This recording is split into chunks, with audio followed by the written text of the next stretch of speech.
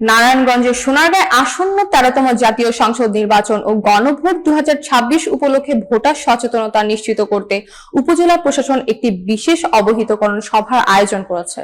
মঙ্গলবার সকালে উপজেলা পরিষদ সম্মেলন কক্ষে অনুষ্ঠিত সভায় ভোটারদের ভোটের গুরুত্ব এবং নির্বাচনী আচরণ সম্পর্কে বিস্তারিত অবহিত করা হয়। স্টাফ রিপোর্টার মোহাম্মদ নুরনবী জনের ভিডিও চিত্রে বিস্তারিত।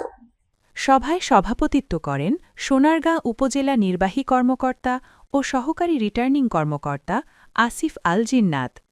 বিশেষ অতিথি হিসেবে উপস্থিত ছিলেন সোনারগাঁ সহকারী কমিশনার ভূমি ফাইরুজ তাসনিম, উপজেলা নির্বাচন কর্মকর্তা শাহিনা ইসলাম চৌধুরী এবং সোনারগাঁ থানার ভারপ্রাপ্ত কর্মকর্তা মহিবুল্লাহ।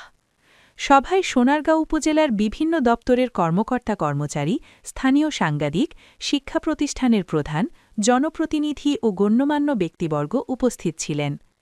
তারা ভোটারদের সচেতনতা বৃদ্ধি, সুষ্ঠু ও শান্তিপূর্ণ ভোট গ্রহণ নিশ্চিতকরণ এবং নির্বাচন সংক্রান্ত আইন কানুন ও বিধিনিষেধ সম্পর্কিত বিস্তারিত আলোচনা করেন। বক্তারা ভোটাধিকার প্রয়োগে সকলের সক্রিয় অংশগ্রহণ কামনা করেন এবং দেশের গণতান্ত্রিক প্রক্রিয়ায় প্রতিটি নাগরিকের অবদান অপরিহার্য উল্লেখ করেন। এছাড়া সভায় ভিডিওচিত্র প্রদর্শনী এবং পোস্টাল ভোট বিষয়ক তথ্য সরাসরি ভোটারদের মধ্যে পৌঁছে দেওয়া হয়। স্থানীয়রা বলেন, এ ধরনের সচেতনতা কর্মসূচি ভোট গ্রহণকে সুষ্ঠু ও নিরপেক্ষ রাখতে গুরুত্বপূর্ণ ভূমিকা রাখবে।